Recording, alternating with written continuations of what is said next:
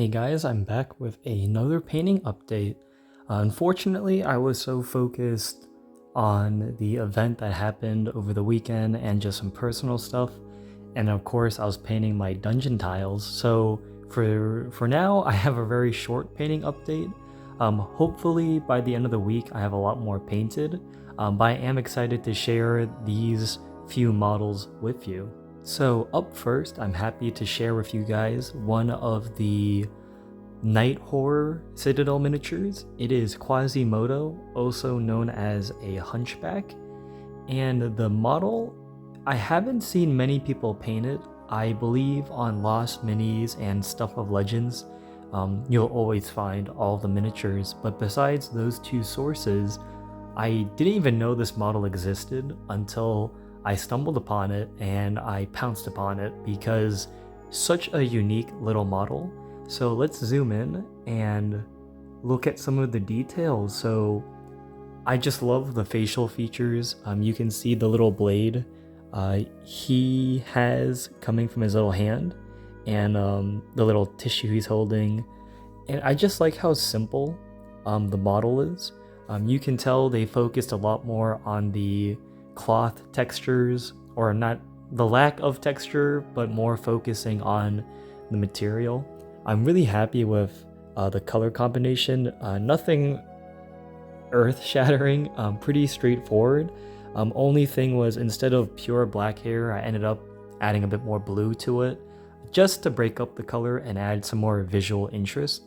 I'm very happy to have this model done and part of the collection, as he or she or whatever, I don't know, this model can be used for so many games. It can count as a necromancer for Warhammer the Old World.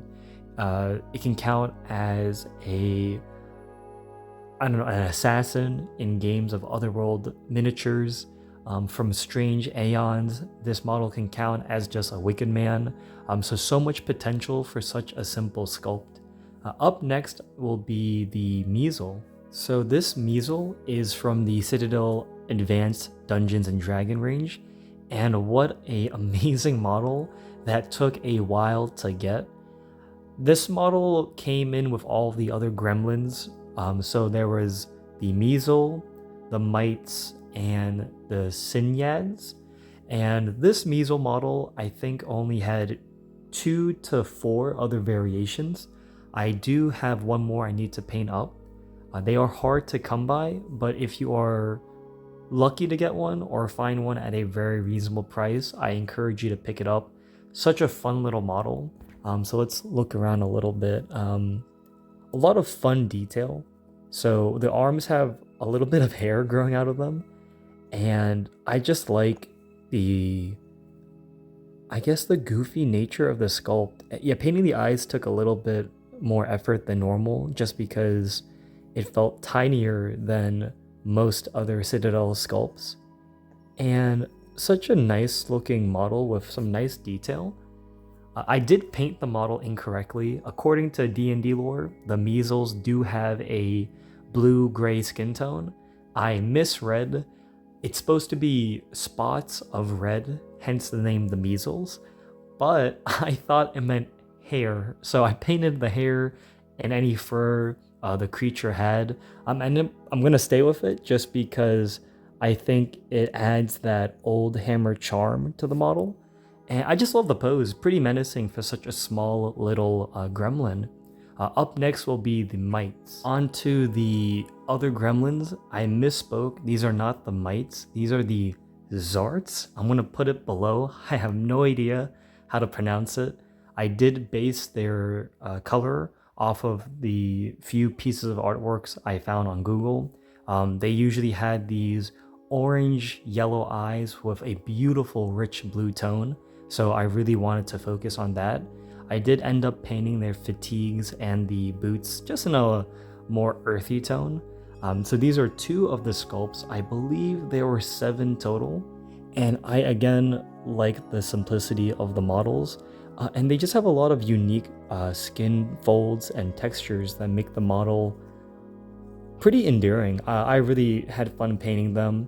I'd say both paint jobs took maybe half an hour. Nothing too crazy, just because these models are probably the same size as a Night Goblin, plus or minus a millimeter or two. And just the simplicity of the model makes it such a joy to paint them up, and can be used for a lot of war games. For the old world, debatable. Maybe if I get enough of them, I could create like a Chaos Dwarf Hobgoblin unit. And of course, in Otherworld Fantasy or a Song of Blade and Heroes, they can be the actual model they represent. So there you guys have it. Very short painting update, but these models I really wanted to share just because they are such unique poses that I do feel like not many modern hobbyists have seen or even know. And it just helps any collectors of Oldhammer maybe want to seek some out just to paint. Such fun models to paint, very gracious to own them, and have many more models to share with you guys. So as always, thank you all, and I do hope you enjoyed this very short but compact painting update.